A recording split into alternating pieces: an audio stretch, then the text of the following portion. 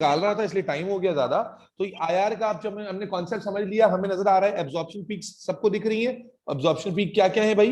एक ये absorption peak है, ठीक है ना, एक ये वाली एब्जॉर्प्शन पीक हमें दिख रही है, एक ये वाली है, ये भी एक एब्जॉर्प्शन है, ये भी एब्जॉर्प्शन पीक है, ये भी है। लेकिन मैंने बताया था देखो 1500 से नीचे वाले को हमने कंसर्न नहीं करना, उसका हमें आमतौर से उसके बारे में हमें घबराना नहीं है, ठीक है ना। ये पीक्स नजर आ रही हैं आपको, कहता है कि what could be the entity of the compound x. बड़ा सिंपल है, पहले तो आप ये कर लीजिए कि जो कंपाउंड ऑप्शंस दिए हुए हैं उन ऑप्शंस को आप जरा उनके स्ट्रक्चर्स बना लीजिए। ये अप्रोच अच्छी है, हालांकि थोड़ी लंबी है। तो इथेनोइक एसिड क्या होता है? कौन है इथेनोइक एसिड का functional group? Carboxylic acid, yes or no? Is this ethanoic acid?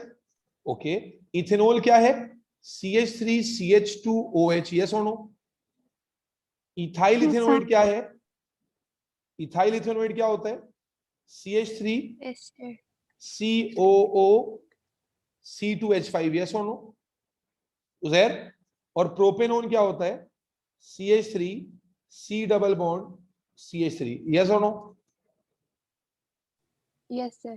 ठीक है, आपने 1 2 3 करके 4 ये कंपाउंड बना लिए। अब उसके बाद आपको स्पेक्ट्रम दिया हुआ, आए देखते हैं कि ये वाली पीक किस चीज से बन रही है। डाटा बुकलेट में चलेंगे और देखेंगे, ठीक है जी। डाटा बुकलेट आपके सामने यहां आ गया, आपको एग्जाम में डाटा बुकलेट मिलेगा और इसमें आईआर का डाटा दिया हुआ होगा, तो बिल्कुल परेशान होने की जरूरत नहीं है। मुझे बता दो डायग्राम आईआर की ग्राफ कैसे बन रहे हैं, बिल्कुल अच्छे समझ में आ रहा है कि ग्राफ बनता कैसे? रेहा, इसकी लॉजिक क्लियर हो गई बेटा? जी सर।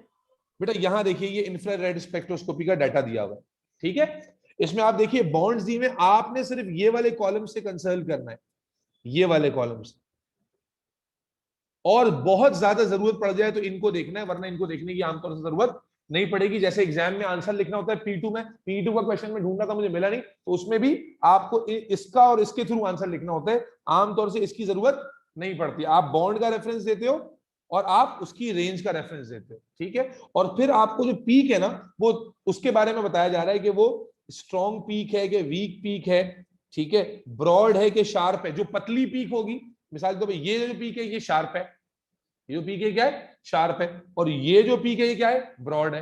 Is that clear? हाँ बच्चों? Yes, sir.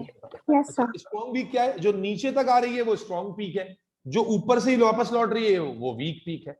भाई जितना ज्यादा एब्जॉर्ब करेंगे, ठीक है। मिसाल के तौर पे अगर मैं ग्राफ बनाता हूं और ग्राफ में लेट्स से कि मैं ये ग्राफ है और मैं इसमें एक ऐसी पीक बनाता हूं, तो ये स्ट्रॉन्ग और ब्रॉड पीक है, स्ट्रॉन्ग और ब्रॉड पीक है, या सुनो। अच्छा, दूसरा ग्राफ है, मैं कहता हूं कि इस तरह की पीक बनाता हूं, तो वो ये जो ये वाली पीक है ये स्ट्रॉन्ग है लेकिन शार्प है। Is that clear? Yes, sir. Yes, तो sir. तो आए समझते हैं क्या समझना है। अच्छा, समझने के लिए हम वापस क्वेश्चन पे चलते हैं। तो पहली पीक हमारी ये वाली है, ये पीक किस रीजन में फॉल कर रही है जरा देखिए। अगर आप इस पीक का रीजन देखेंगे, ये पीक किस रीजन में फॉल कर रही है? यहां से रीड कीजिए, 2000 है, ये 2500 है और ये 3000 है, यस और नो? थोड़ा साफ सुथरा कर देते, आप जरा साफ सुथरे उसमें देखिएगा कि ये पीक किस रीजन में, रेहा किस रीजन में फॉल कर रही है। अगर Sir, मैं इसको $2,200. यहां तक भी काउंट कर लूं, अगर इसका सिर्फ ब्रॉड नीचे वाला पार्ट जो ऊपर जा रहा है वो छोड़ भी दूं, तब भी ये किस रीजन में फॉल करेगी? 2500 2600 से लेकर 3000 या 3100 के रेंज में, yes or no? Yes, sir. और is it a sharp peak or a broad peak? Is it a sharp peak Broad? Or broad peak? Broad, yes or no? बेटा Yes, जवाब तो yes. दो ऑनलाइन वालों। तो ये reason हमने जी रफली सर। एस्टिमेट किया कि भाई ये 2600 से लेकर 3100 का रीजन होगा। आए चलते हैं डाटा बुकलेट में देखते हैं। 2600 से 3100 की रेंज, बड़ा सीधा सीधा डाटा बुकलेट दिया हुआ है, कोई रॉकेट साइंस तो डाटा बुकलेट में है ही नहीं, ठीक है। तो आए देख लेते हैं जरा। तो आपको डाटा बुकलेट में देखिए रेंज जो 2600 की नजर आ रही है, कहां नजर आ रही है?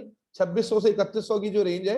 अच्छा, बाज दफा रेंज से जरा सा नीचे जरा सा ऊपर भी हो सकता है, ठीक है। तो आपको जो रेंज दिखना शुरू होगी वो ये आना नजर आ गई, यस और नो?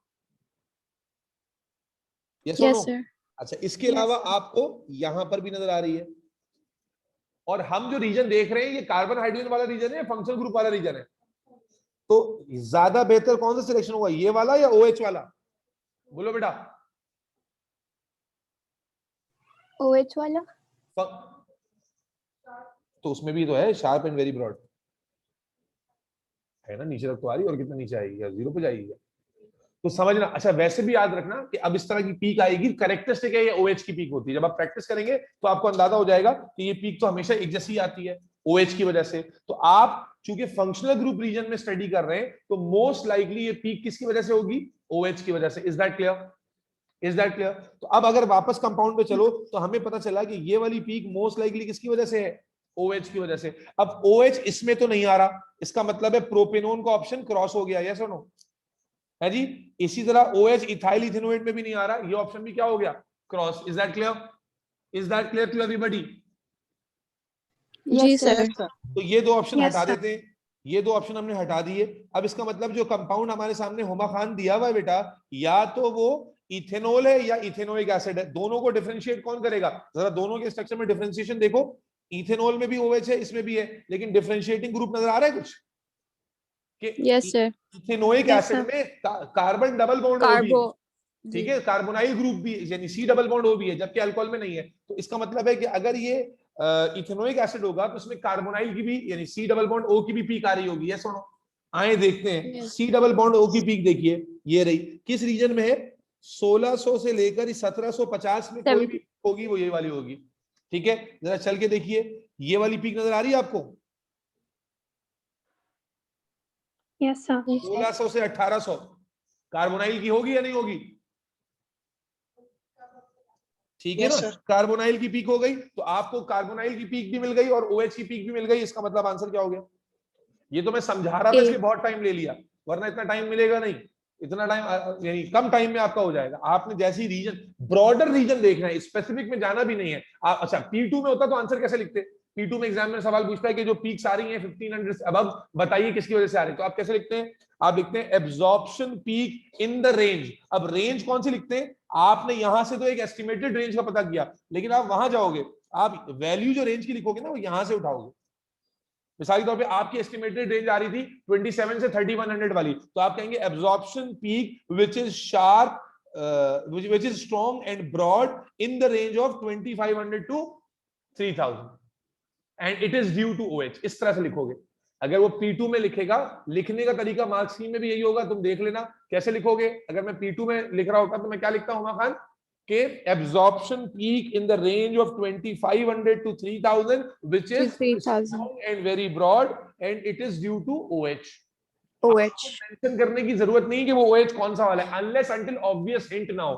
जैसे कार्बोनाइल भी आ गया, यानी C डबल बॉन्ड O भी आ गया, OH भी आ गया, तो इसका मतलब कार्बोक्सिलिक एसिड हो गया ना भाई। अगर दोनों आ गया, यहां तो ऑप्शन है, अगर ऑप्शन नहीं होता है, मैं कहता एक X कंपाउंड है, उस X कंपाउंड में तुम्हें OH की पीक भी मिलती है और CO की भी मिलती, तो मैं कहता ना कि कार्बोक्सिलिक एसिड है। और अगर मुझे सिर्फ OH की मिल रही होती तो मैं कहता अल्कोहल है। और अगर मुझे CO की मिल रही होती, OH की नहीं मिल रही होती, तो मैं कहता कीटोन है या एल्डिहाइड है या एस्टर है। नहीं पूछेगा, ऊपर ऊपर से रखे। Is that clear? या अगर उसने आगे हिंट दी होती, अब वो इनका सवाल आया है कि अगर कीटोन एल्डिहाइड दोनों में CO होता है, तो हमें कैसे पता चलेगा कौन सा है कीटोन एल्डिहाइड? अगर लेट्स सपोज उसने हिंट दी है कि कंपाउंड X जो है वो टॉलेंस रिएजेंट से रिएक्ट नहीं करता, पकड़ लिया ना आपने कि टॉलेंस रिएजेंट से रिएक्ट नहीं करता, वैसे ही पता चल गया कीटोन होगा। Is that clear? हाँ ना बोल भैया। जी सर, आ गया। लिखने Yes, का sir. तरीका, लिखने का तरीका समझो कि नहीं समझो? लिखने का एग्जाम में P2 का, मैं P2 का सवाल ढूंढना था, मिला नहीं, हालांकि 2016, 17, 18 में आए हुए हर साल सवाल आया इसका। ठीक है, तो आप कैसे लिखते? अगर दो पीक्स को बताना होता तो आप कैसे लिखते कि एब्जॉर्प्शन पीक, ये पैटर्न लिखोगे तो नंबर मिलेंगे, विच इज, और वही डाटा बुक से छापना है, strong and broad in the range of 2500 to 3000 due to O bond H। ऐसे लिखते हैं। सादिया शरीफ समझ में नहीं आ रहा बेटा? नहीं सर, समझ आ गया। पक्का? जी सर। कोई क्वेश्चन और करते हैं, सवाल कर लो। कोई P2 का क्वेश्चन तुमने निकाला हुआ है रेहा तो बताओ मुझे। Sir, I'm pretty sure October November 19 के variant 23 में है एक end पे। P2 में जी। ओके रुक जाओ फिर मैं 2 सर। 3। अच्छा मोबाइल में तुम लोग के रो पेपर्स हैं क्या? सर मैं स्क्रीनशॉट भेजूं आपको? हाँ तुम ऐसा करो ना अपनी स्क्रीन शेयर करो अपने पास खोल के, मैं तुम्हें स्क्रीन शेयरिंग की परमिशन Sir, देता I'm on my phone, so I हूँ। can't.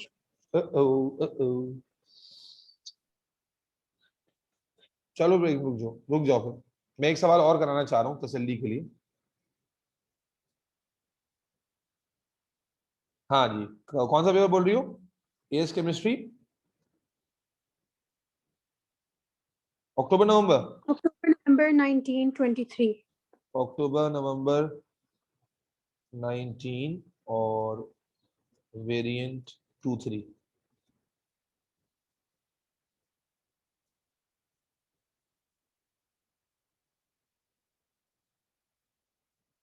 दो 2017 के बाद में हर साल ही आया है ये। देख लेते हैं अभी देख लेते हैं 2 3। भाई बहुत मुश्किल लगा ये टॉपिक हुमा खान? नहीं सर। नहीं मुश्किल तो है यार, झूठ नहीं बोलो यार, बहुत मुश्किल लगा नहीं सर, मुझे नहीं लगा इतना मुश्किल। यार। इतना झूठ बोलते हो ना, अल्लाह का अज़ाब आ जाएगा झूठ बोलने में।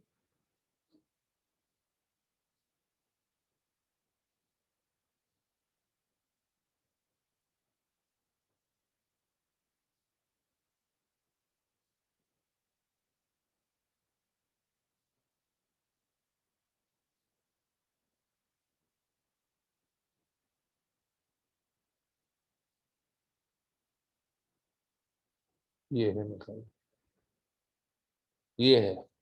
देखो सवाल अगर आपको दिख रहा है कि नहीं दिख रहा? दिख रहा है सर?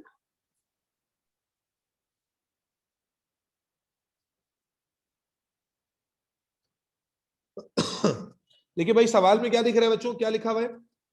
सवाल में लिखा हुआ है कि ZC5H10O has a branch carbon chain. It shows a geometrical isomerism. Complete the table with the bond responsible for each of the principal absorption seen in the infrared spectrum of Z. क्या करना होगा? बहुत rocket science है ना। आपको range इसमें दे दी उसने 3200 से 3600। आओ चलें डाटा बुकलेट पे। 3200 टू 3600 की रेंज ले लो। बोलो बोलो, नहीं बहुत मुश्किल है, बोलो भाई बहुत मुश्किल है। ठीक है ना, 3200 से 3600 की रेंज है। क्या लिखेंगे यहां पर? Bond responsible OH। अबे यार क्या मुफ्त के मार्क्स। उसके बाद कह रहा है 1630। हाँ तो मत लेना 1630 और फिर 1050। 1630 और अब देखो इसमें पीक्स नहीं दी उसने क्योंकि ढूंढना मुश्किल होता है, डायरेक्ट डाटा बुकलेट में रीजन पे जाना है। 1630 हाँ जी, कौन सी उठाओगे 1630 के लिए? अब 1630 आपको कहां का नजर आ रहा है? यहां पर भी नजर आ रहा है, 1630 की रेंज आ जाएगी ना इसमें। और 1630 यहां पर भी मरते मरते आ ही जाएगा। मैंने कहा थोड़ा बहुत ऊपर नीचे भी जा सकते हैं, यानी कार्बोनाइल का बॉन्ड आ सकता है कार्बन कार्बन का। कौन सा वाला लेना चाहिए? अब इसको डिसाइड कैसे करेंगे, जरा कंपाउंड को देखिए कि C5H10O है, ऑक्सीजन है उसमें, और ऑक्सीजन हमने OH का ले लिया ऑलरेडी। एक ही ऑक्सीजन है ना? बोल जी जी सर। ठीक है। ऊपर से वो ज्योमेट्रिकल आइसोमेरिज्म भी शो कर रहा है। ज्योमेट्रिकल आइसोमेरिज्म पढ़ा है? कौन शो करता है? Carbon carbon double bond. तो कौन सा बॉन्ड आ जाएगा यहां पर? शॉर्टलिस्ट कर दिया हमने कि बेटा उधर समझ में आया क्यों हमने C डबल बॉन्ड O नहीं लिया और क्यों C डबल बॉन्ड C ले लिया। हिंट मिली हुई है, ज्योमेट्रिकल आइसोमेरिज्म की हिंट है, प्लस मॉलिक्यूलर फार्मूला में एक ही ऑक्सीजन है और वो एक ऑक्सीजन हम OH में ऑलरेडी ले चुके हैं। Is that clear? Yes sir. Yes sir. 1050 देख लो, 1050 1050 1050 1050। भाई उसका तो एक ही थी, ये आ सकती है 1050। और क्या है?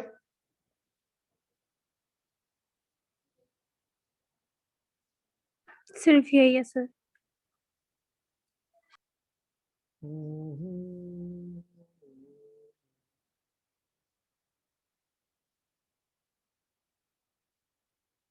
पूरा सवाल देखना पड़ेगा, एक गड़बड़ नजर आ रही है मुझे। चलो बहरहाल देखते हैं।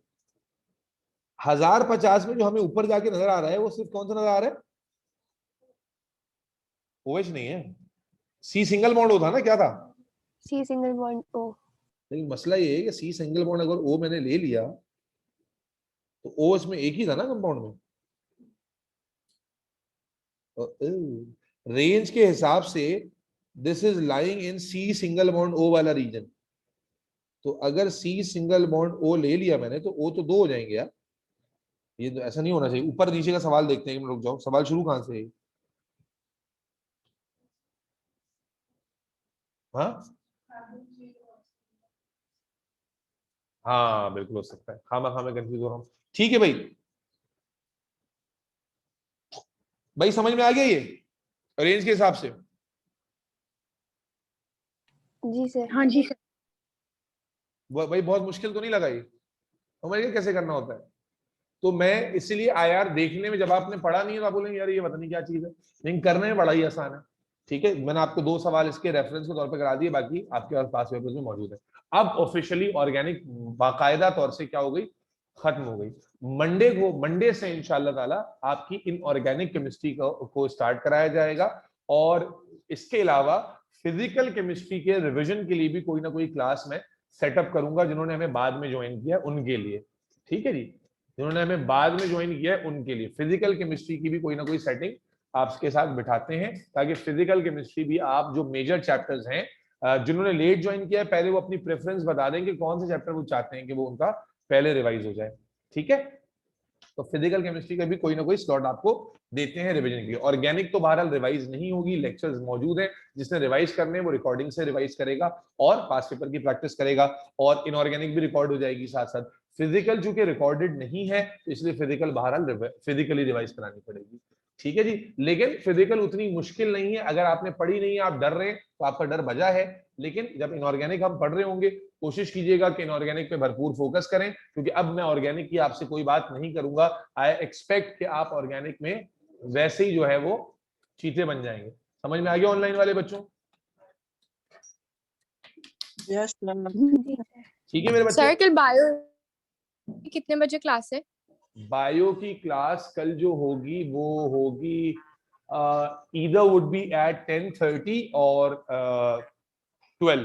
I'll tell you by 9 p.m. or 10 p.m. Physical या online? The class would be physical. असल में हुआ ये था कि लास्ट जो A2 बायो की क्लास हुई थी ना, वो हमने एक्सटेंड करके 2.5 घंटे की क्लास ली थी और चैप्टर को ऑलमोस्ट वाइंड अप किया था। थोड़ा सा टॉपिक रह गया है, तो इसलिए आई एम नॉट श्योर कि क्लास की टाइमिंग क्या होगी। नया टॉपिक है तो I inform you bye tonight.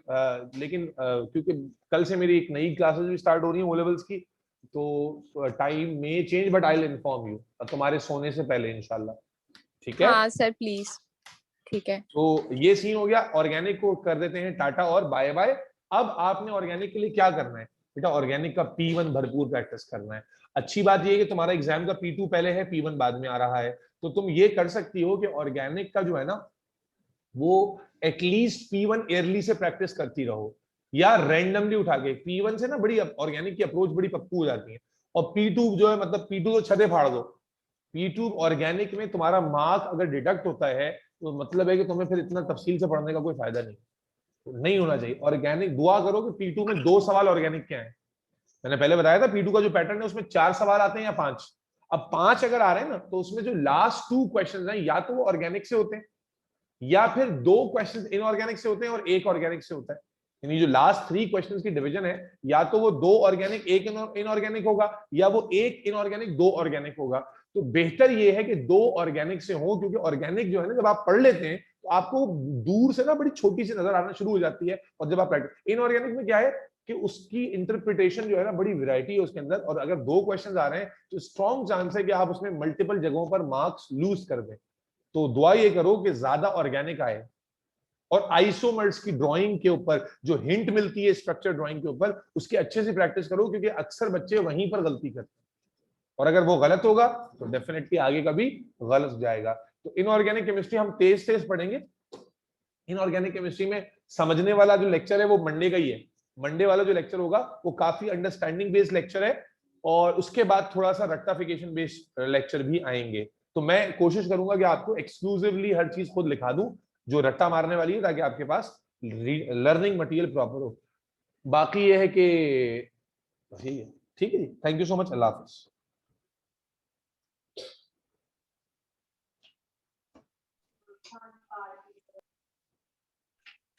अल्लाह हाफिज सर।